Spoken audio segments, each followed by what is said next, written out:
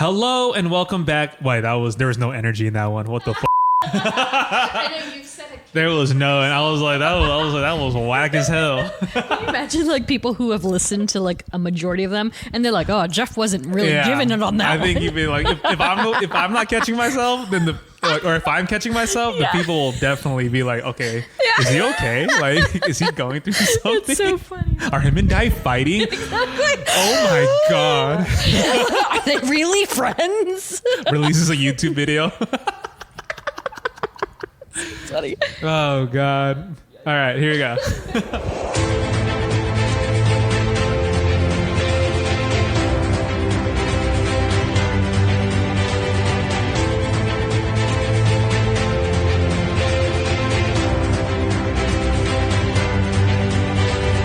Hello and welcome back to A Stark Contrast, where we discuss the differences and similarities from Marvel Comics to their MCU counterparts. And we are your hosts, Geoffrey And Dai. Hello. Really Welcome. brought it for that one. Oh yeah, really brought it for that one. That was so. I think I'm gonna include that. I'm not gonna That's cut so that out. funny. I'm not gonna cut that first intro Oh, out. I love it.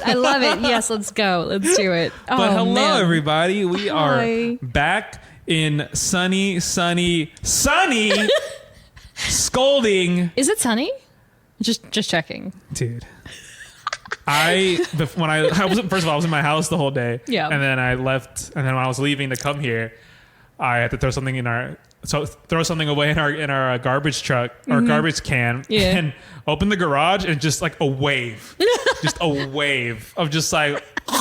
I was like, when you told me you were heading over, I just had this mental picture of you doing exactly that, and just like again, like you said the other episode, you're like, God dang! Yeah, every time I've left the house, like since like this massive heat wave, and I have to go outside in the middle of the day. Yeah. I open the garage and I walk out. I'm just like, I mind you, it's like I live in like a like a neighborhood, like a townhome neighborhood. Yeah. And like I'm going out, and I audibly out loud say, "Good Lord!" Like I'm like, it is hot. It's hot. Yeah. Here we are. Here we are. So I'm sipping on a Milky Fizz from my Guardians of the Galaxy Volume 3, coming soon to Blu-ray and Disney Plus, by the way. Yeah, we're just chilling. It's summer. Oh, and also welcome to Mini Marvel number 10. Yes. Where we talk about the broader Marvel universe and the MCU's hot topics. Mostly. Not literally. Hot topics. It's pretty hot, fresh off the press. Yeah. So, just very quickly, we've covered, the last few episodes, if you're tuning in now. We're just looking back on the character studies and also our first live show. So if you haven't yet, go back and listen to our studies on Rhodey, Gamora, Miles, Nick Fury, Pepper Potts, as well as our live at the Natural History Museum of LA episode, which, pretty fun stuff. Those are our last 6. Yeah. And so now we're here at the Mini Marvel.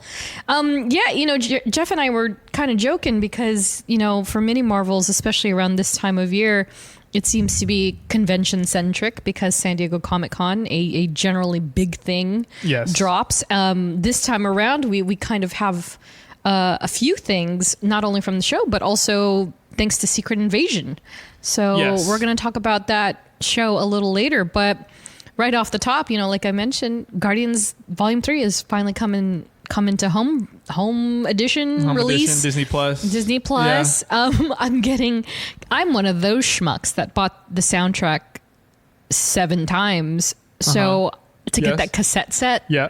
And so it's almost done, right? It's almost done. There yeah. And so I'm getting all the notifications like your shipment it's coming. So I was like, oh man, I can't wait to get all the, and so when you put all the cassettes together, they actually make one of the movie posters, which is pretty sick. I was like, okay. Yeah. I can't. That's what sold me. I can't wait for the assembled. I hope they did an assembled for Volume 3 because the one for Quantumanium just came out. Just dropped as well. Yeah. They just snuck that in there. No promo for it. They're like, it's available, by the way. I sat there for a minute and I was like, did they not release this when it was released on digital? They didn't, right? I guess they Yeah, they just sneaked it on Yeah, Disney Plus, and they did one post about it. Yeah, one day and of that was posting it. about it, and that was it. They knew that it wasn't hitting as hard as they wanted it to. So I can't wait for the Volume 3 assembled. Ooh, I can't wait. And also, like, I somehow didn't end up caving to buy the digital version on top of the physical I bought. But I heard it has like over 2 hours of bonus features on it, which is kind of wild, by the way. I know. That's a lot of stuff. It but is. So I'm super jazzed to watch all of that stuff. But to segue from Guardians, I do want to top off our SDCC talk with Cosmo. Cosmo. So I have Cosmo's potograph poster. Did he really? No. It's. I know. I thought they were gonna legitimately have the. I was gonna call him Pup, and then I was gonna say Pooch, and it came out like poop. I was gonna have. I was hoping that the Pup would actually be like signing it live, like with his paw, but no. Of course, it's Cosmo's solo poster with a paw print embedded on the bottom. So super cute.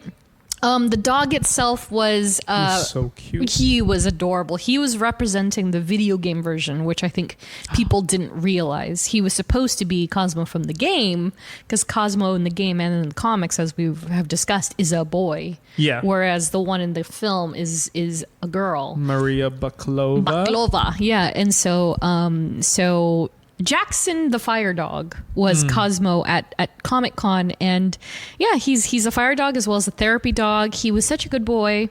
So I know like some people are just kind of like, against the animal cruelty and animal actors and such, but in all honesty, Jackson was only out there for less than 30 minutes. Oh, really? And they limited the availability of how many people could take pictures of him. So I made the cut. And funny enough, this is the craziest thing. So I was in the line, the small pool of people, and I looked over at the people that got kind of cut out, and I saw a family I had met at DCA while in Avengers Campus for the first day of Rogers. Oh my gosh. And I somehow remembered them. I remembered the little girl because she was she's like 6 years old, wearing a Spider-Man dress. And I remember we were talking all afternoon about, I was like, oh, so who's your favorite superhero? And she's like, I love Spider-Man and I love Spider-Gwen. And I was like, okay. Oh my gosh. And so I ran into them at Comic-Con and I asked the dad, I was like, hey, did we meet at Avengers Campus during Rogers? He was like, yeah. And I was like, we shared popcorn and stuff. Like the kid she's kind of special needs. And so oh my gosh. She was very, very sweet. And so the dad was like, oh, is the line capped for Cosmo? And I said, yeah, but... And I looked at the guy behind me who was the last person. I was like, do you mind if I like sneak the kids in? And he was like, yeah. So I got the little girl and her sister in. Oh, that's cool. Yeah. So I was like, it was really nice. That's super cool. Yeah, it was really fun. And so, yeah, we got to say hi to him. And he was so cute because he had been sitting up like a good boy the entire time with all these pictures with all these people. And then when he got to me, he was like, I'm gonna lay down, and he like laid down, and so I was like sitting up there like patting his back and rubbing his back. He was so sweet. Oh my and then gosh. the handler was like, oh, he likes you. I was like, oh. So those pictures of me cheesing out are for good reason. But yeah, so as far as other stuff at San Diego, oh my goodness, I mean, like, right off the bat is like there's so many exclusives. Mm-hmm. Like they had those mini itty bitty speaker things that they make of all these characters now. Yeah. They had X-Men. X-Men really took the stage when it came to exclusives because it is, such a momentous anniversary, right? Yeah. And it's right up there with Jurassic Park, for instance. Jurassic Park is having their 30th anniversary. X-Men is having their 60th. So it's kind of crazy. And so all the merchandise was revolved around the X-Men in one way or another. But there's one collaboration in particular that Geoffrey is actually wholly responsible for, for me even knowing and in the very least comprehending, because like I am not a drip person. I don't know what style is. You know what I mean? I'm goth light. Sure. I just buy black stuff I'm ready to roll. But Jeff has really opened my eyes to Kith and like even from like the meaning of the word and like how the brand is and the brand guidelines and so how did this even come up? Were you the one that was like straight up like Dai? Did you see what they're doing? I can't remember. For those that don't know, Kith is it's kind of like a high fashion streetwear brand.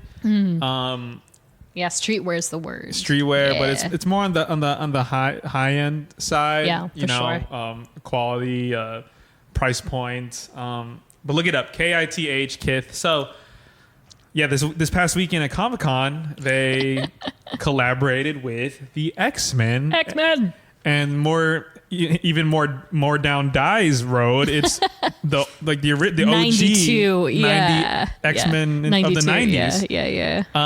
And they did this whole collaboration, this whole installation that obviously that Dai went to. If you guys saw the stories, her stories, I think it was just because I followed them on Instagram, so I think they posted like a teaser video of it, and I sent it to you, and I was like, oh.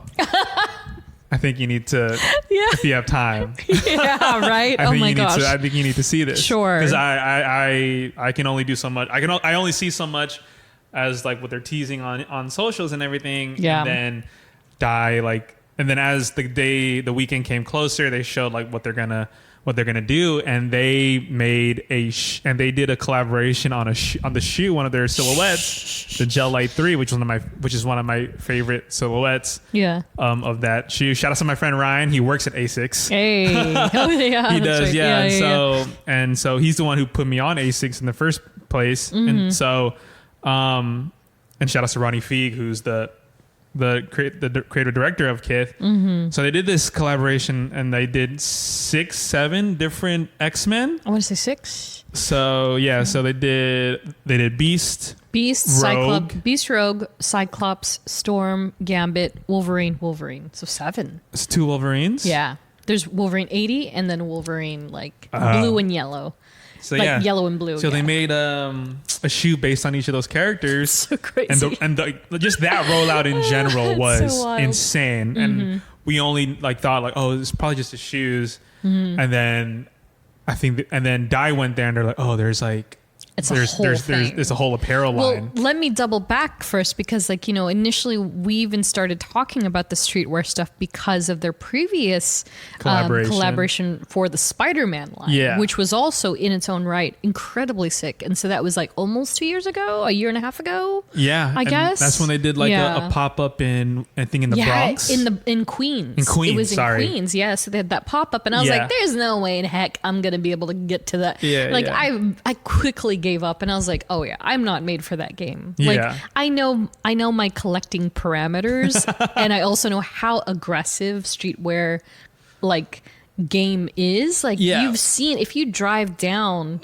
any street in Hollywood, for instance, on a drop day, like where there's a drop. On Melrose and Fairfax. On Melrose and Fairfax, because you see all these dudes just lining up and it's like an ungodly hour and they're there for that drop. Yeah, and then this is where it's weird for me because it's kind of like two of my worlds colliding. Yeah, exactly. Because I definitely I'm into streetwear. I've been into streetwear. Like you're legitimately why I know anything about it. Like I've been part of. Like I've been like in the know of it since maybe like I started getting into it in high school for sure. Sure. And so I'm like okay, and then now it's like delving into this world of comics too. And I think Ronnie's who's the creative director, he's really into like comics and he was into that growing up. And so that's why I was like oh like.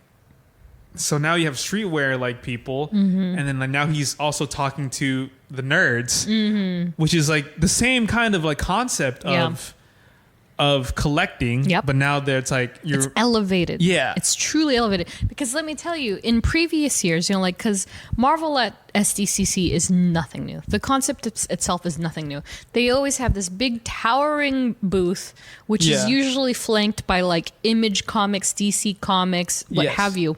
And so every year it changes a little bit, right? Like they have a different focus maybe, or there's different things that they're promoting. And so since we've come back from COVID, so to speak, they've had to make some changes to their booth, to accommodate like what they can do, how many people they can have around, and also to better suit their collaborations. So like last year, for instance, and I mentioned this to you in text, like, they're still pushing the NFT game. Yeah. So a sizable portion of the booth was still dedicated to the NFTs and on Vive. So they had like Spider-Man statue and a Captain America statue, and like you could unlock some Vive NFT if you got online, and then they had the costumes, which they always have rotating, so every day it's a different set of costumes. And I didn't post them yet, but I took pictures of them to put on our Instagram, and they had costumes, I believe, from, was it Loki season 2? Oh, or maybe yes. even Loki season 1. I saw that, yeah. Yeah, then they had the Marvels. Gosh, what was the second one? I can't remember the second one. But they had the Guardians spacesuits. Ooh. And then the last day they had the Guardians blue and reds. Ooh. So that was really cool. Yeah. Yeah. And then beyond that, they had that cool, digital, the Snapchat lens with Rocket and Groot, which I freaking loved. The Spider-Man 2 game, backdrop, if you will. Yeah. And then with the biggest portion of the booth was the Kith portion.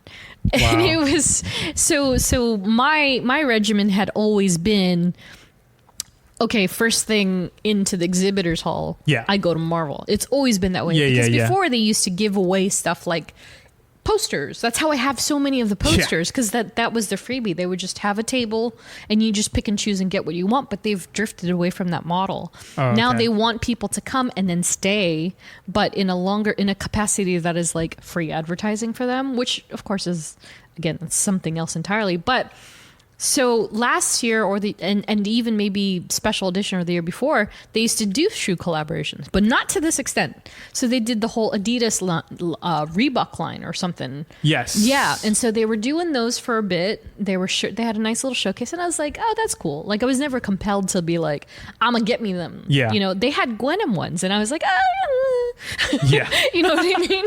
Like they opened with X-Men ones too. They had Wolverine and all that stuff, but I was never like, yeah, I'm going to go get those. Yeah. Until this collaboration, because like you said, like the way the presentation is sincerely elevated. It's not just a box of shoes branded with Marvel.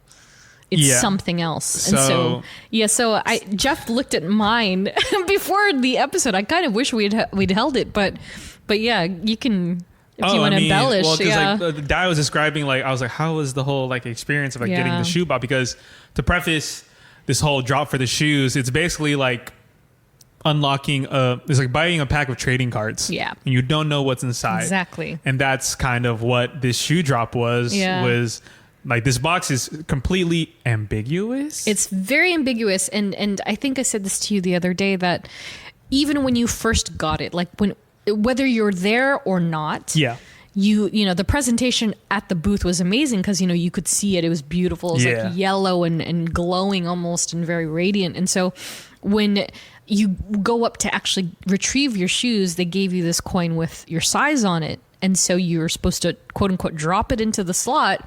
It's not really automated. It's just a person behind the wall.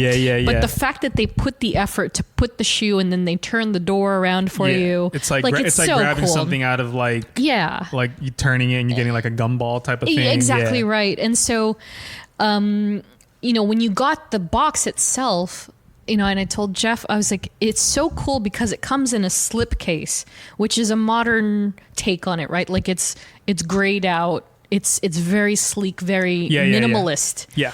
Which is what I assume is a lot of what Kith looks like on their own side. Mm-hmm. But then once you slip that off and then you get the actual shoe box, it's like you're transported into the 90s with this, again, very vibrant yellow box. Yeah.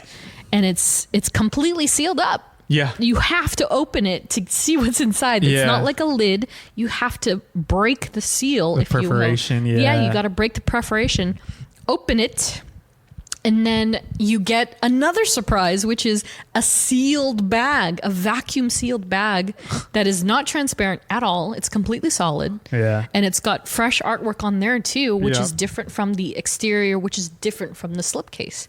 So you're uncovering all these levels of like art in general, and then also the mystery of it all. Yeah. So then you're forced to open the bag. So I was contending even in line with guys. I was like, you gonna open your box?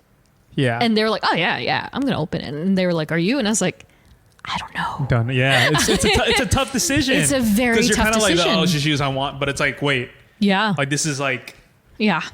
This is like the whole like the glam behind it. Exactly. Like, do I want to open it or do I want to like just hold on to it? Yeah, just keep it as it is, right? Uh-huh. Like it calls back to like the things that we've discussed before, like people who have retained a 10.0 or a 9.0 comic like from 1970 something like this never been exactly, or something that's never been open. And so like box breaking, for instance, right? The trading card game itself, if you have a box of like say 1992 X-Men Fleer Ultras, like that box could sell from anywhere between $500 to $3,000 simply because it's not opened. Simply because it's not, because it's untainted, right? I mean, it's like the first, like I think there's this YouTuber.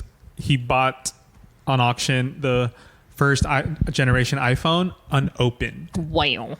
And I think he bought it. I think on auction and he bought it for $70,000. Holy smokes! So it's like just because it was unopened. Just because it's unopened. Yeah. See, and so it's the same circumstance. You kind of get, not only is it already getting the attention of shoe collectors and shoe folks, but now they're tapping into the geek game. Yeah. And so again, like you said, it's like right up my alley, which is like unfortunate for me because like when I was 8 years old, like card packs were 75 cents, but now I'm an adult and now you're looking at $195 mystery box. Yeah. Which is insane. I never have and never would have ever done anything like that. It's until definitely now. A more modern take on on trading cards, and it's kind of like so cool. If you think about it, it's also like not that far fetched. Yeah, no, not at all. So I think it's the most clever way of manipulating something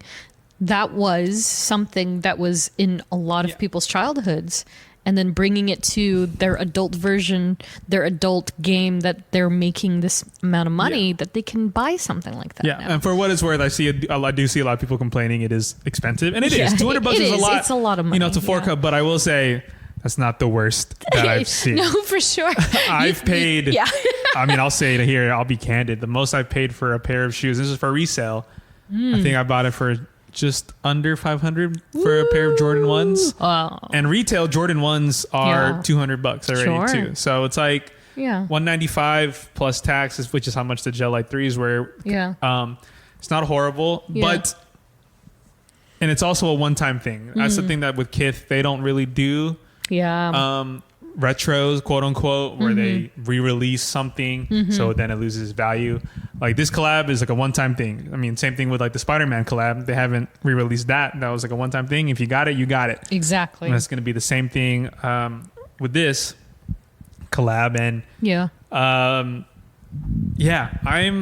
excited because I've been going back and forth. I was like with Dai. I was like, I don't know if I want to like open it because there's only one colorway that I genuinely like enjoy, and if I get that pair, I'm gonna put my foot in it. Like I'm gonna wear it. It's gonna happen. Like 100%. Yeah. But then on the flip side, but that's not also the shoe. Every pair of shoes comes with a trading card. Yeah, dude. Which is another freaking thing that they add on top of it. So at the end of the day, like. You're not paying $195 for the shoe. Yeah. You're paying it for that trading card, and that trading card could possibly be worth more than 5 times that shoe. Exactly. exactly right, which is so crazy. And so I wanted to quickly shout out my new friend, first_Avenger01 on Instagram. He's a collector that I met in line, and I believe he is both a shoe person and a card person, but perhaps more of the latter. Oh my gosh. And so this was definitely right up his alley. And he's also an avid comic collector. And so we got to talking in line, and he pulled, and he further like informed me of that side of it, right? Okay. So I learned a lot about the aspect of graded trading cards, because I've always known about trading cards, no big deal. And I know that depending on what you pull in a regular pack, that sure, of course the value goes up. But when it comes to like graded trading cards and slabbed trading cards, I'm very new to that game. I just bought my first graded trading card like 4 months ago, not even that, maybe 2 months ago.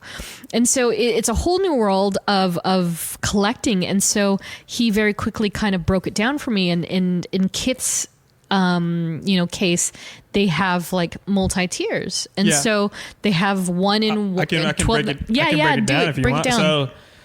So this is strictly about the shoes. Each pair, and there's six different versions of the shoe. Yeah. Each pair is limited to 2,500 units worldwide, which is an insane number. So that doesn't count the Wolverine 80s then, right? I don't think so, no. Wow. So there's 7. So it says on their captions, each pair is limited to 2,500 units worldwide, except for the Wolverine 1975 colorway, which is limited to 1 in every 36 boxes. So there's only 416 total pairs. Jeez. As a nod to the rarity of hologram cards from the original Uncanny X-Men trading cards. So cool. And then going on, each pair comes with a commemorative Marvel Kith trading card, Kith and Upper Deck trading card that inspired the colorway. These cards feature the original artwork from the 92 Uncanny X-Men trading cards, but have been updated to feature a foil execution and Kith co-branding. Every box will include one of 8 color variants of the card, which range in rarity. So the levels of rarity is, I'll start from the less rare to the more, and then end at the most rare. So starting at the bottom, it's silver, which is one of 12, basically one of 1,300. Yeah, and so that's what I pulled for Cyclops. And there's pink, one of 750. Yep. Orange, one of 300. Then there's red, one of 100. Blue, one of 50. Gold, one of 25. Green, one of 10. And then there's the black, one of 1. That's so wild. So basically, whoever pulls that black card is, who knows? It's definitely, obviously, it's graded. Right? Yeah. So the black, green, gold, blue, and red cards are co-branded in PSA graded slabs. Right. Those are the good ones. Which marks the first time in PSA's history that another brand's logo will be sharing the tab with another brand. That's so wild. So this is a pretty huge, it's a big deal collaboration. Yeah. So at the end of the day, you were paying $195 not only for the shoes, but for the possibility of grabbing an ultra rare card where maybe, let's say if you did get the silver like Dai had, it's still going to be worth something. Yep. It might not be worth $1,000, $2,000, but it could be worth the equivalent of the shoe. Either of the shoe or maybe just a little bit more, because it's technically... It's rare. It's a collaboration between Marvel and Kith and the trading card company. Yeah. So it's like, and the presentation of the box, which is amazing already in itself. Cool. Yeah, because even the box itself is, again, it's got the perforation, and so it makes the artwork stand out. It's like you can display it like you would a box of cards at a store. And so it plays to both sides of what I'm assuming collectors, where you don't have to open the box and you can just hold on to Leave it and see what you want to do and sell it, whatever. But then it also plays to the side of collectors who love opening things and they want to show off their things. And it's like, now look at, I have this like stand, this card box stand, and it's really cool to look at, and you can put the shoes in there. Exactly. Which is super cool. And then on top of that, you have the card, which comes in the case, so you can display it somewhere. And whoever collects. Ooh, Whew. So at the booth itself, they had the entire collection. Not only, the shoes on view, but they had the shirts, the bomber jackets, the sweaters. So the entire collection is so smooth. It's so great. Yeah. It does have nuances of like old school 90s, almost bootleg, like made shirts, but they have that obvious quality of Kith like on it. So you can feel the quality in the shirt itself. It has the branding. It's like very sleek and stylish. And so, you couldn't buy the gear at the booth itself, only the shoes. But if you were at the booth, you had the opportunity to purchase the gear ahead of the game, ahead of the release, a whole week for the record, which is kind of crazy from what I understand, right? Like the culture itself is so like I'm carnivorous. I'm probably not going to be able to get anything on which Friday. Is wild. Yeah, because I remember when I think we tried for the Spider-Man one, and you told me like straight up, you're like, it's already sold out. Everything I wanted sold 5 out. minutes. I just was able to get the bucket hat. Yeah, that that's was right. it. That's right. Yeah, I didn't even try. I was like, oh. I think I logged on and it was like sold out. I was like, well, yeah. That's just the nature and of how things are nowadays. Exactly. And so being able to purchase stuff, not only the shoes, but the gear a week ahead of the rest of the world is kind of wild. And it's also very ambitious. I didn't realize the privilege you had until you told me like, oh, I can buy some of the stuff here because it's geofenced. And I was like, which is incredible. and it wasn't even just like per them. Like they really thought about the entire process, right? The experience itself. You could look at the skateboard deck. You could see the pins, the keychain, the comic. You could play the cabinet games if you wanted. Oh. Yeah. They had all three. They had the cabinet game and you could play 3 different games. They had the shoes on view. They had the clothes on view. But the genius thing is that they were protecting the QR code of the entire collection, and you could only access that particular code if you got in line and were actually purchasing something on the floor. Yeah. So like Jeff said, I had this like amazing privilege like that neither of us realized until I got up there that I had the opportunity to buy more than just a pair of shoes and the comic or whatever they had there. And so the shoes, at first I didn't think the shoes were available. They were like, oh yeah, you can get the shirts online. I was like, cool, I'm interested in a shirt. I'm going to go get a shirt. And then I realized that the shoes were the first item. And I was like, wow. Oh my God, I can, cause at the booth, it was limit 1 per person. So you couldn't buy. Oh, in person. Yeah. I couldn't have bought us both a pair. It was literally like it was Sophie's choice. I was like, do I love Rico more than I love myself? Do I love Jeff more than I love myself? And so thankfully when I locked that, I was like, oh, fantastic. Cause then I could get one for me, one for you, and one for my dear friend Rico. So I did that. And then on top of that, I was like, okay, well, I have access to the collection. And I bought a hat. I was like, okay, that's safe enough. Like, like again, I don't deem myself cool enough to have it at all, but it's cool to have something from it that I will actually use. Yes. And so thankfully, like by the next episode, Jeff will have the opportunity to have his experience. Oof. I'm probably going to make my decision when I get the box in hand. I'm like, do I want to open this? Do you want to open it? Or am I going to be like, no, let's just record the episode. I'm not going to, nope. Now you know what it feels like, right? That's what it feels like to be a collector. Or maybe I'll do it on the pod while we record. I know, right? It's so intense.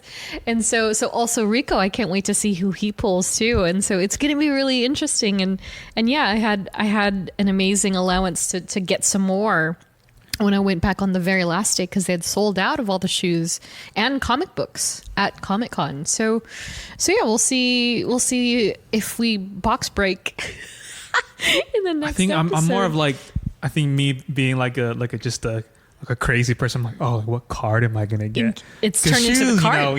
It's turned into the card. See, am I gonna get a rare one, or am I just gonna get a silver one? But knowing my luck, I'm gonna get a silver one. In my size. Yeah, but I think so lowly of myself. You're like, meh.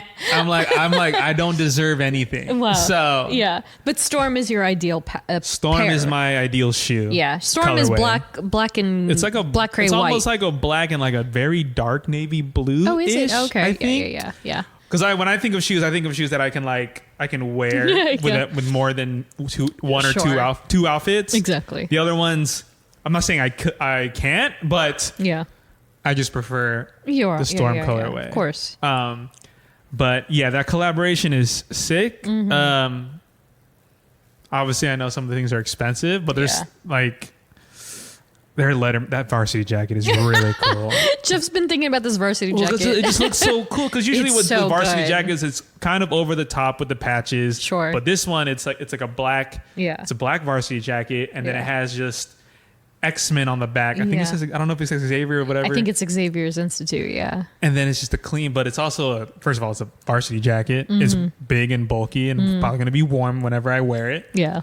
And it's also $700. Oh, well. But it's super cool. I'm going to try to go for a shirt. That's for sure. Yeah. But yeah, That's so the collab is super cool. It's so great. And then Ronnie, of course, dropped the assets, the photo, yeah, the which entire I was brand. like, I went on his Twitter and I was like, I thought it was a joke I thought you were joking. no, and then I clicked it. I thought he was joking too, and then I clicked it, and it went to a Dropbox. It's a Dropbox of all their materials that they've used for literally the campaign. every material, like even like the ad spots were on there, like ads, video, the podcast video, the sit down talk, and then the PD. I think the images of like the materials of the shoe. Like the layouts of the shoe, like like what material is going, what color of it. Sure. So I was like, oh. Do you think that this is essentially a hype grenade that he was like, we're going on public sale in 2 days. Let me just I don't know what it could be. Because I feel like he didn't even need to. He just did it just because he. And it was on his Twitter. could. It's not like I haven't checked his Instagram, but yeah. I've never. I mean, at least I haven't in recent times where the head creative I've never is just seen like, that. I've never seen it. Here's all the materials. Never. And in I'm my like, life. what does he expect people to do with this? They can do whatever they want. Sure. And then I think they've already posted on their socials, so it's kind of like, all right, here you go. And it's like, I don't.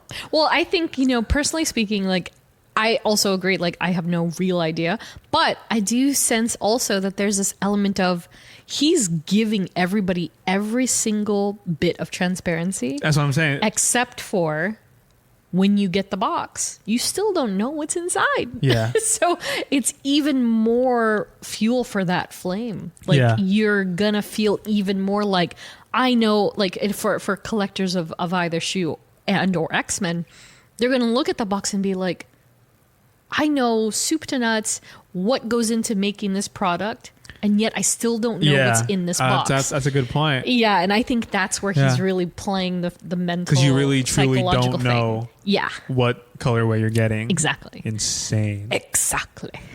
That's so genius. So yes, in short, I love it. I think it's great. And then we were like making predictions, or Dai was making predictions like oh, I wonder if he does this again. I think he'll do it again because, Spider, it's like, and Jeff had initially said like, oh, I don't know. Like, because this is a pretty big IP. It's big. And the reason why it is partially a little bit more expensive is, licensing. Right, I'm sure. Like this is, like you don't, Marvel's just not giving these designs away, you know? Exactly. Let alone, and then taking it from original X-Men 90s. Yeah. Like that's like, a pretty like coveted IP. Oh yeah, especially the cards, right? Because, not to go back to the cards too much, but the rest of the artwork is either newly made or it's offbeat. It's not necessarily a well-known artist, but the sleeve and the trading cards themselves are both Jim Lee. And maybe some of the cards are actually Adam Kubert as well. But those two men and those two names are so iconic when it comes to Marvel comic books in general. Yeah. Like they're top tier. Jim Lee is now with DC, but I mean, he grew from a tiny like seed in the dirt into this gigantic presence in comics as we know it. And so for his artwork to be featured on this on top of everything else, like it's a statement piece. It's really like the entire thing is incredible. So crazy. So we'll see. But my prediction is that we've seen Spider-Man, we've seen X-Men. The next one, I'm calling it will be Avengers. And that's when Jeff's going to be broke. I can even get a hand hold, or maybe I will actually go if he does do another SDCC. No, that's exactly I'm like, it. I was like, Dai, you have to get me in. I don't know how. All right, Dai, you know what to do. I don't know how it's gonna work, but you have to get me in. Yeah, that would be all you. I think. I mean that. Yeah, that has to be the next. Makes logical. the most logic. So I could maybe foresee it already. Maybe he's doing his own trilogy. That's what I think. That's honestly, crazy. That'd be an insane concept. I think so. Yeah. I think it could. Well, now that I'm thinking about it, I could think of two things because the Spider-Man one also had a little touch of Venom, right? Like a tiny touch. Super, yeah, a little bit. Super tiny. Splash. So yeah. I could see him doing Spider-Man, X-Men, and then perhaps villains or Rogues Gallery, which would maybe entail, which calls back to the Thanos picture. Maybe it's Thanos, Magneto, Venom, Infinity, maybe Gauntlet. I don't know. Nah, I think no, like that not run necessarily. of comic. I think he would more concentrate on the big guys, the big heavy hitters. So big baddies, so to speak. But I think the stronger route would be to do Avengers, because then, like similarly to the X-Men, he could do Cap, Iron Man, Black Widow, Hawkeye, Thor. And then maybe Black Panther.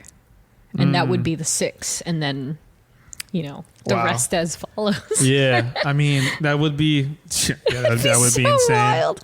Yeah. And then I could see it all like very clearly in my head. So we'll see. Hopefully. I mean, I don't know this factually, but I'm sure a lot of thought and a lot of process goes into this sort of thing. So they probably already have it slated.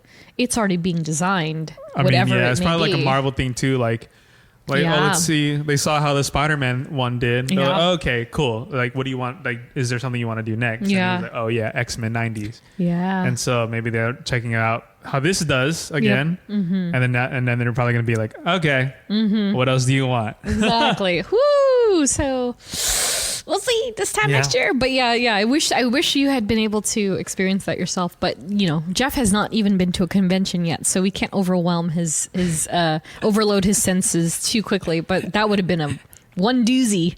I would have just been there the whole time. I would be like, you'd be the hover. I would have just maxed out my credit card. Yeah, for sure, right? Oh my goodness. So yeah, we'll have all that stuff to look at up close, likely in the next episode.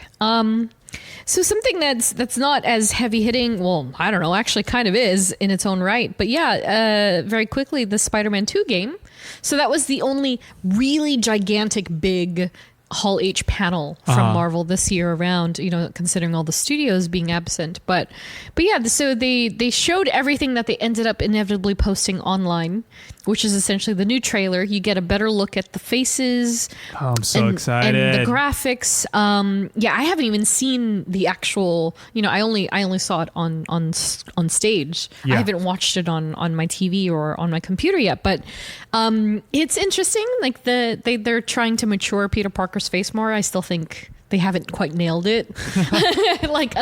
I was chatting with somebody, I think it was the Arachnid actually, on Twitter, and he had said something like he preferred the older face, or Andrew Garfield has really like set the tone of what he expects Peter Parker to look like, per se. Fair. Yeah, sure. Which is absolutely fair, yeah. And then so for me, I think with these games, even the actors aside, they just haven't quite nailed it to me. Like it's still not Peter Parker-y to me, but it's fine. I think Miles looks great. I think the concept seems really awesome. It seems very strong. Yeah. It'll be interesting to see the kind of amalgamation of both games coming together, which is interesting because we have Mr. Negative returning from Miles Morales' game. Or Spider-Man 1. Yeah. Spider-Man 1, and then also, Miles getting his revenge. Similarly to, Across the Spider-Verse in a weird way. More MJ, and then, like with Craven, Venom, Harry. Yeah. I think this game's going to be fun, packed. Yeah. I'm super excited. Yeah. November can't get here quick enough. Are you a console person? Are you into the whole, they're releasing a limited edition version, but you can also buy the shell only? I'm on console, but I only have I think I have a CD, but I do have a disc version of the PS5, but if I can get it out digitally, I'll do it digitally. I think I did buy the digital deluxe edition. It comes with like 10 suits. Oh yeah, yeah. or something like that. I didn't buy the steel with the statue. Steelbook, yeah. Yeah. It's a lot. It's like 200 something. I was like, yeah. you know what? You could buy a box of but X-Men I do want the ASICs. suits, so give me the 10 free suits. Yeah, I'll do that too. So that dropped, and the pre-orders for that console skin PS5 and one it should or, be out. Yeah, PS5 I think skin. it's already out, or it's out this Friday. Maybe or something. pre-orders. Yeah, pre-orders. So that's gonna be awesome. Again, apologies in advance if Jeff and I just completely disappear during the release of that game. But on to our biggest topic, perhaps, or at least comparable to the Kith discussion. Secret Invasion Season 1 is officially done. It is complete. Yep. Did they allude to a Season 2 at all? It was just a series finale. Did you catch anything? I think I just saw season finale. I think I just saw season finale as well, Yeah. but who knows what that means anymore. Yeah. So we could just roll on down like this discussion. I don't know if you want to do it episodically or what, but I mean, we can just kind of like discuss like the whole arc. Because this is obviously like a Nick Fury. Yeah. A Nick Fury story. Yeah. It's funny. I was thinking, I think it was with episode 5, the end of episode 5. So you're following Nick, and we've talked about this and how like they're really emphasizing like he's worn down, he's an older man now, he's lost his purpose or semblance of purpose when it comes to being an anchor for superheroes. Because like Nick Fury's big goal, both in the comics and in the MCU, is that he is sort of like the protector of Earth, right? And he's fostering and forging and ensuring that he has the right heroes to do that effectively, to protect the planet. And so it's interesting because he's just a normal man. Yeah. And I think they spent a long time, or at least a good amount of the series leading up to the second half, emphasizing he's just a man. He's just a man, which is a man who's out of touch. Interesting. Yeah. Lost his way. Yeah. But eventually he does find his way. He gets his kind of groove back. Yeah. But yeah, the season started off pretty friggin' hard, with, yeah, we talked about this very briefly. Yeah. With Maria obviously Hill. Episode 1, like the major thing that happened was the death of Maria Hill, which I think caught everybody by surprise. Yeah. And you kind of felt her presence a little, not felt her presence, but I forget in what episode, maybe I think it was the next episode, where her mom, Maria Hill's mom, was like, don't let her die for nothing. And that's what stuck with me. And I'm like, you have to make her death count for something, like, because she chose to, she waited for you because you came back after you abandoned Earth. And so that's what kept in my head the whole series. Just don't let Maria Hill's death mean nothing. Yeah. And on top of that, don't let Talos' death mean nothing. I know. Which came in episode 4. Yeah. I wasn't sure if that was going to stick, but then I was like, nah, dude. I know, he's gone. He's not taking it. Yeah. And this is like, I don't want to say trope, but it is kind of a trope that Marvel, as well as, other properties, do kind of take on when executing a series like this, right? Like they have this way of sunsetting character types. And so Talos, however you want to say it, he was the Skrull for already so long, since 2017, 2018, right? And so he was the embodiment of what a Skrull is in the MCU. And so he was either going to take the ball and run all the way, or he was going to pass it to somebody else, and then that character is going to take it. And so we got the answer. He was passing it on because his time had come, which honestly does kind of surprise me. I wasn't sure that they would kill him off, but then when they did, I was like, oh, shoot. Yeah. It kind of cemented the Gaia thing for me. Yeah, because, oh God, how do I say this? Where it's like, because I remember as he was about to die, like I remember like when he was trying to save the president, one soldier was like, he's an alien trying to get to the president, and then Fury was like, no, like he's not, he's with me. Yeah, saves the president, And I thought that was going to be a way of like, okay, Yeah. maybe there is hope for Yeah. Skrulls and humans to live Right. collectively. Collectively, yeah. But then the president said, screw that, Yeah. because the Skrull who played Rhodey Rhodey killed it, and is like, and he just reacted. So the Yeah. president reacted very, very aggressively and was just like, Even that, to be honest, kind of put me in a spin, because I was like, wait, is the president a Skrull too? But no, it's just the president acting. He's reacting to the entire thing. He was just acting defensive because he was like, you know what? Yeah. No, this is our Get planet. off our planet. Or my planet. And it's like, yeah. okay, well. Yeah. So I was on Twitter today, as one is. And Yes. it is still Twitter. Because I like going on Twitter. This is like a friggin' like bad habit of mine. It's like a love-hate thing. I always go on Twitter after an episode is out just to see like the review and the reception, rate, yeah. how people are perceiving it. Yeah. And most of the time with Disney Plus shows, people hate it. Of course. I know. People hate Disney Plus shows. And I get where the hate is coming from. Sure. But I think you have to just look at these shows very subjectively, which is, you can still think it's pretty crap subjectively.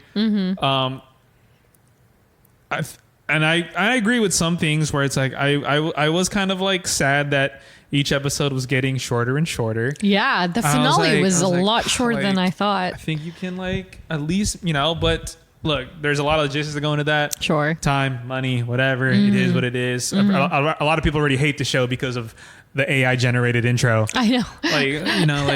Like Yeah.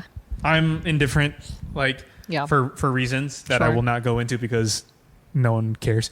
But yeah, and I always say people and I do think it is Marvel fatigue. A lot of people have that, and I get it. People always say like the show, why would the show sucks? Yeah. Da da da da da, and it's okay. Well, don't watch it. Yeah. I'm gonna watch it because I want to know how they perceive things, and I know it's hard. But a lot of people did not like it. They didn't like the. I think people expect too much. There was a point where I had to catch myself in thought, where I was like, I don't know what I was expecting. Right. So I'm like, was I expecting this? And Yeah. I'm like, if I was, Yeah. then I'm the problem. Yeah, it's exactly right. So right. it's like, Yep. if I was expecting some big, ginormous, Sure. but people thought Quake was coming back. Well, that's the thing. And I'm like, People were really writing I was like, on the cameo. where are people getting this? Well, because it's the information comic. from? Because the comic. Quake plays an integral part to Secret Invasion. Sure. Excuse me. But see, So, to yeah. people who don't read the comics, Exactly. I would have not known that. Exactly. So if I were to go on Twitter and be like, why are people expecting Quake? I was Yeah. like, what Yeah. the hell? Yeah. So yeah, I think if you go into, I've said this before on the pod, just go into things not expecting anything. The moment you expect something, even at the slightest, you're going to be disappointed. Well, you know what? I feel like since the conception of these Disney Plus shows, and also some of the films that have come out since then, the biggest takeaway one could have is don't expect anything, right? Because WandaVision, immediately, episode 1, I hate this. Everybody was like, what the heck is this? And then Yeah. episode 2, what the heck is this? Then Yeah. episode 3 came out and everyone was like, oh. Like, wow. And now everyone's like, oh yeah, they peaked at WandaVision. WandaVision was the best. And now it's just been downhill. And it's like, okay, but you started the conversation with, this is awful. Why did they make this show? And now it's just followed the trend every single time. But if you're like me, or people like me who go in and are like, cool, great to see it, happy to see it, can't wait to see what they do, Yeah. then your expectation gets to build up, but it's not set at a precedent that has to meet that quota or it's trash. You know what I mean? I agree. And I think that's the problem with this one. People were expecting this big suite of scrolls and super scrolls, and they're all fighting, and That's Secret Wars, okay? yeah, They gotta and save it for that's sequel. exactly right. And it's like, okay, take it down. It's still a Disney Plus show, all things considered. And also, it's only 6 episodes long. And also, yeah, it is getting shorter each episode. Technically, it's only 4 hours long. Maybe 5. but it's still a series, you know what I mean? And they can't, again, people just think too much, whereas they should be focusing on the fact that, dude, like I think it was, again, after episode 4, like I sat back when Nick was resuiting up into his shield version of himself. Episode right? 5. In episode 5, I was, is it 5? Yeah, 5. Yeah, where he got the harvest. The harvest, yeah. And so like, I sat back for a minute, and I by no means am like, this show is the best. Like, no, I know it's flawed. I have some like dislikes too about the show, but yeah, and I think it's still a good show. Like, I don't think it's bad at all, but it's moments like that last bit in episode 5 that made me sit back and go, okay, they've actually really achieved something, because I'm thinking in my brain at that moment, I was like, damn, they made me care about Nick Fury. Yeah. Like, they really made me care about Nick Fury. Because, like, again, and we've said this in our Nick Fury episode, like, this is a character who has quite literally been in it since day one, right? Yeah. And so we've spent more, if not at least 15 years with Nick Fury as a character. But it wasn't until episode 5, in that tiny moment, maybe even episode 4, when he has the conversation with Priscilla, or if that was 5 as well. But like, it really made me go, damn, I like Nick Fury, like, more than just him being Sam Jackson and you know what I mean? Like, it really made me excited to, like, oh, dang, he's putting on the patch again. He's got the trench coat on again. He's like in his game. Yeah. And we see that happen because he pulled a little switcheroo in the finale. Super smart. Which I was like, okay. And I kind of saw that coming. Kind of, but I wasn't sure. You know what I mean? I think what I didn't see coming was definitely the overpowered Emilia Clarke. That 100%. I did not see coming. I thought they were taking the trope of let's superhuman Nick Fury. Because again, like, I honestly thought that too, and I was like, no, they're not going to do that, right? Yeah. If they had done it, I would be like, no. But again, like, and this is why their lead up of focusing on his vulnerability came into play. Because, they were really, like, even up to that point, oh, the radiation's getting to you. Oh, you're coughing. Well, I think that's also a testament to, they played to, because all Gravik cared was about just beating Nick Fury. Yeah, exactly. So when he saw that, he didn't even think twice that, oh, maybe this is someone else. He was just like, I'm going to beat you. It was very Batman and Joker. Yeah. And then you're kind of like, and he's like, you're like, oh, he's just going to, like... Yeah. He's just going to give it to him? Yeah. And I was like, okay, well... Yeah. That's sick. And it's not only the Avengers, but it's legitimately every single... Which is like an insane thing. It's crazy.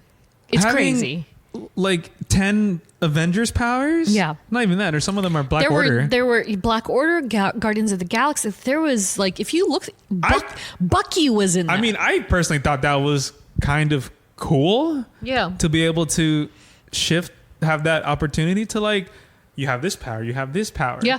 Does it make her OP? Yeah, but it's also like, guys, if you listen to any of our podcasts, you'll see that half of these characters are the most OP people in the comics. I'll never forget when we did our Eternals episode. Yeah. And you were naming off the powers of each of the Eternals. I was like, they're all like indestructible. Like, what do you mean? How are you supposed to? So then when I saw like Gaia have that power, now she can go to, like, I will say the Mantis one made me laugh the most. I was like, she did it. Wow. I was like, okay.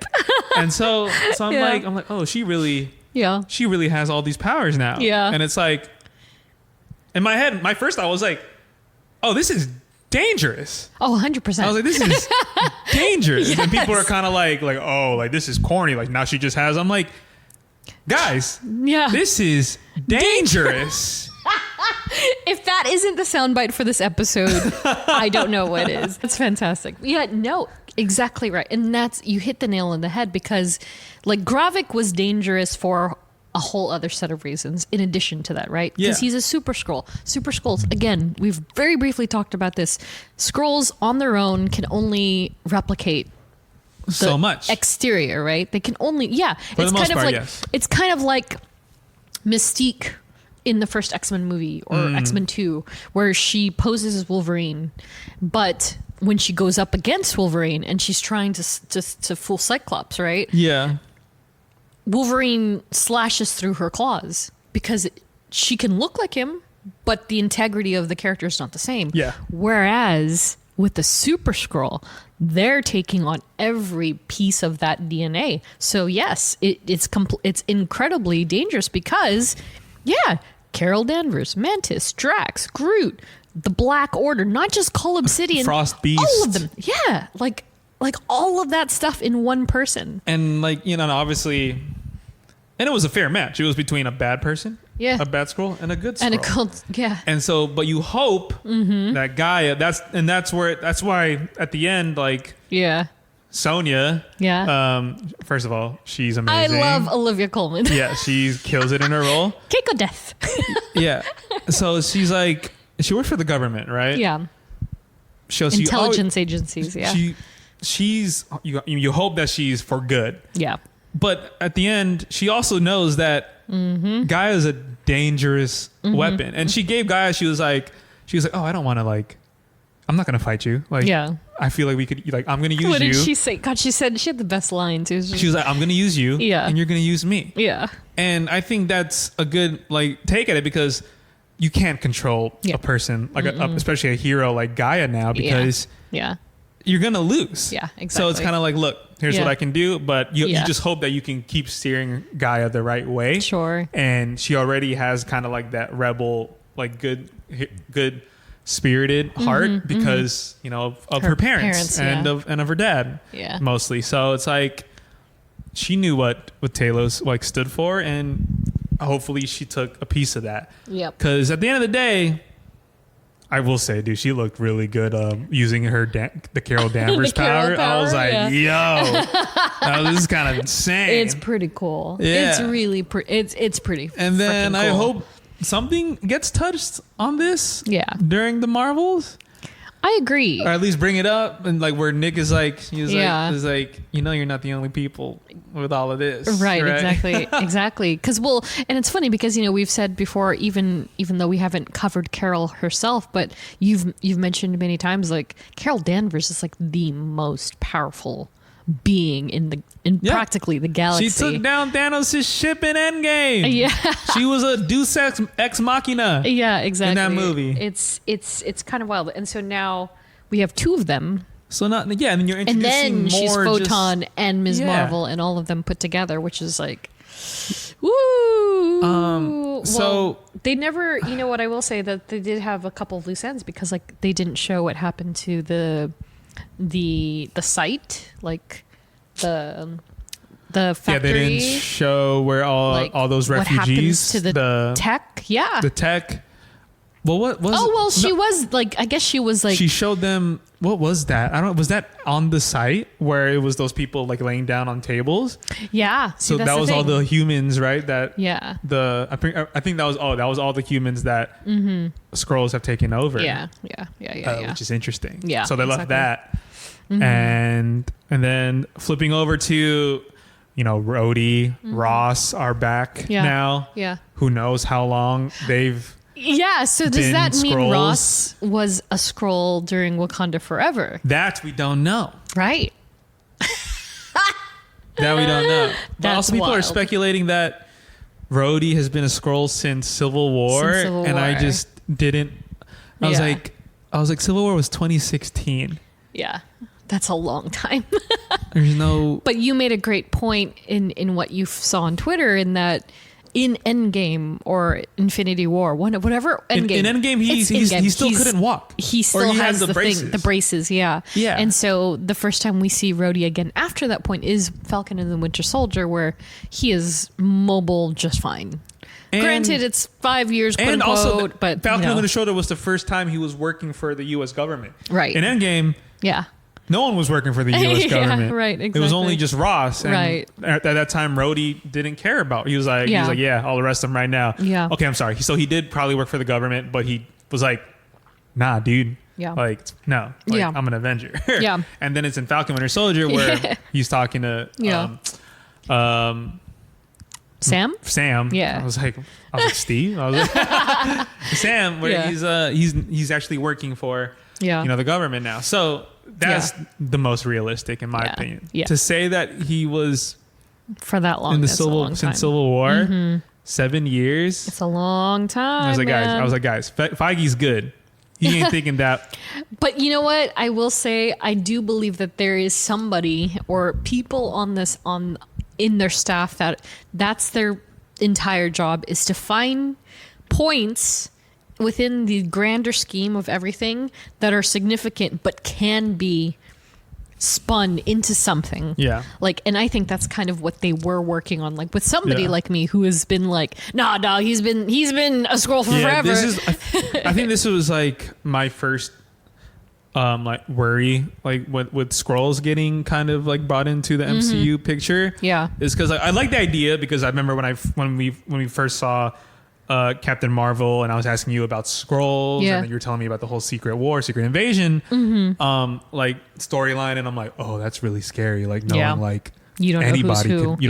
You don't know who's a scroll. Yeah, and that was like my fear of like people like saying like, see, now we just don't know anymore. Yeah, and we don't. Exactly. Like we don't, especially since we're like, oh, Rhodey's a scroll. Yeah, and then but my other fear was like, see, now they're gonna kind of like put to the side like oh well if that person was a scroll during this time and that like all these movies meant nothing it and negates I'm like, everything else now and that's when people would like turn on the MCU. Not like a lot of people have turned on them already, but they were turned on the MCU and it's like so obviously introducing scrolls is very like is very tough water to tread well especially with one like Gaia, because now she also has the powers. So she can shapeshift and also retain the powers. Yeah. And then now that's another game changer. And then now the president kind of just like said, screw all y'all. That Get was off my planet. So abrasive. You may think that like, okay, cool, like the Skrulls are going to leave, but then now you're like having like, oh my God, like what happened? I was telling Dai earlier, I was like, what happened at the end of that episode? Yeah. With citizens, just killing random officials and because they're assuming they're scrolls. That's not too. I think a lot of people missed that point because it went by pretty quickly in the show. But that's pretty like accurate to like what's going on in like the actual in the real world. Yeah, exactly. Killing somebody or attacking somebody because of a theory or because you just don't like them. Yeah. So 100%. when I saw that, like that guy, I forgot the actor's name, but Shooter McGavin's character, his name is Shooter McGavin. He just got shot. While doing a broadcast. That one congresswoman. Just got shot. In the middle of a speech, and I'm like, oh, and when I was actually pretty like scared when the president said those words. Oh, and I was like, completely weaponized. Like, oh, you're not even giving them a chance. Nope. Yeah. And this is how it starts. This is how the entire thing starts. And so there were so many similarities. I mean, Gaia is an actual character in the comics. She's only had about, I want to say, a handful of appearances, maybe less than 10, maybe about 6 or 7. But the storyline that she has in the show is oddly similar in a lot of ways. Like kind of like the back and forth. Because in the comics she has a family of her own. It's not so much like, it doesn't revolve around the same family and the same characters, because I don't believe Gravik is an actual character either. I think he's an amalgamation, but there's this thing called Project Blossom in the comics, and it's very similar to what Gravik was doing, and there are characteristics of it that are very similar. But yeah, like, talking about Gaia and the Skrulls in general would be pretty interesting to get into, especially in comparison and how they've kind of remanifested certain things about that story and then brought them to this MCU table. It's going to be an interesting time in the MCU. I wonder how, the people who were being taken control over, how they acclimate back. Yeah. Especially Rhodey, Ross. I really want to see where Rhodey goes after this, because it's like it's got to be scarring for him. He's kind of like, yo, because he was in a hospital gown when he was taken. So exactly. I hope they give background on that. Maybe it's an Armor Wars. Yeah. Whenever that gets filmed or is, So wait, is it a film now or it's a series now? I forget. Didn't I think they it's switch a film it now. Yeah. So interesting. Unless it even, I mean, if it even happens. I think the worst part about the MCU is that projects can't come out fast enough. But I'm also that's great. Yeah. And I think they're scaling back a little bit. Yeah, for sure. Now, which is fine. But I mean, all in all, I don't know. I think this was on me where I was expecting some big finale, maybe. I don't know. Maybe at the slightest 1% someone shows up. Yeah.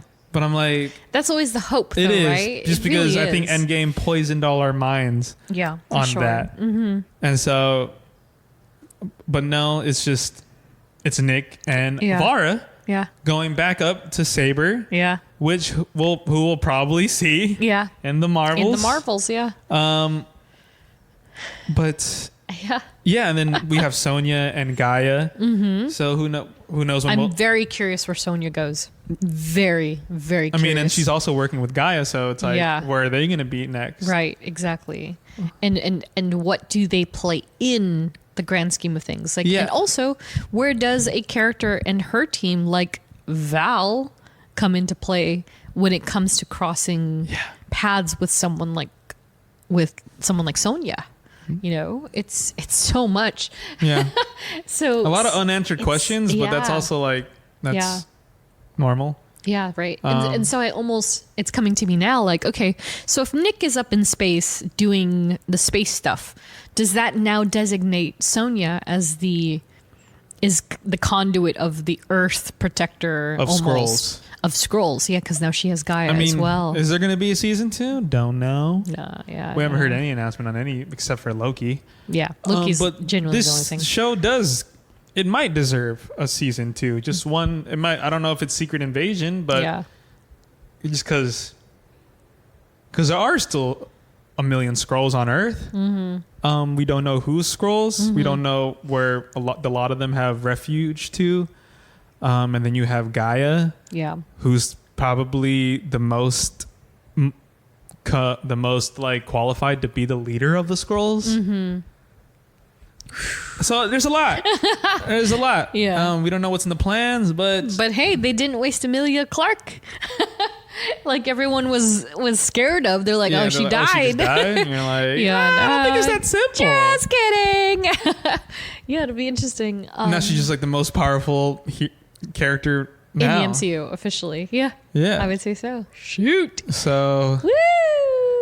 But. Yeah, we'll see. Yeah, I didn't hate it. Yeah. No, I mean, it was probably one of the most grounded like shows. You can't get mad at that. Yep. That's what people want. They want grounded shows. Yeah, exactly. No cameos and spy vibes. Yeah. Again, I think cameos ruin people. I think the expectation of cameos really. And then I think really I mean, how you see Nick Fury in episode 1, then how you see him now. I mean, there's a change. Oh so yeah. He's back to his. There's an overarching in there. Exactly. You know. Yeah. He lost 2 people, but he also gained Vara back. Yeah. So and also his purpose in a lot of ways. Because he even said himself, like when I turned into ash, or what did he say? Into dust or he was flex. He was relieved. Yeah. Because he didn't have the weight of it anymore. But, but I mean, that was Gaia, I guess. But still, it's an interesting thought. And so now he's kind of regained himself, which is okay, good. So, to bring it back, Maria didn't die for nothing. Yeah. She died with great honor, really. Yeah. And now we just have to see what happens next. We just have to see what happens with the Skrulls. Yeah. Because the Skrulls don't deserve all that hate. Yeah. Well, and then there's this gigantic thing in the comics that, the Kree Skrull War that we can't say, that we tried to say in another episode. Kree Skrull War. Kree Skrull War. Hey. So they haven't touched that yet either. But they did touch it at the end of the episode. Yes, exactly. I heard that the Kree are down to play nice. Yeah, exactly. So we'll see. Marvels. More for the Marvels. Hell yeah. I'm super exhausted. I can imagine. I've had a week. But yeah, so Yeah. gosh. So after that, you know, we don't have a traditional character study like lined up for the next episode, but I think we have a few ideas. Yes. That are some that are very obvious, and then some that, you know, maybe we'll try somebody that we haven't covered yet from the olden days, if you will. But yeah, if you have any requests, let us know as soon as you hear this, and yeah, we'll check it out. I mean, you know, otherwise we may just shapeshift this into a scroll episode, perhaps. Might be, possibly. Perhaps. If we want to go deep, like Woof. go deep. It could be a hard one, but we'll see. Yeah. So yeah, with that said, that's the end of the show. Thanks for listening. A We Are Groot salute to Laura, Nats, Ashley, Andrew, Melanie, Joe Liz, the Iraq Nerd, Andrea, Ariel, Robin, Jenny, Ed, Eve, Claire, Katie, and Sherry. Follow us on social, STRKCNTRST. Again, we're on YouTube. We're on all the things. If you are a YouTube person, a lot of our episodes are up there streaming. Not all of them, because we only have a less than 2 hour allowance. And our show is very long. Yeah, we're not there yet. Yeah, if you like what you hear, review, rate, and subscribe wherever you deem worthy. And that's it. Woo! Woo! Once again, thanks for listening. We will catch you in the next one. See you later. Bye. Bye. Fury. Since you've been gone, things have gotten much worse.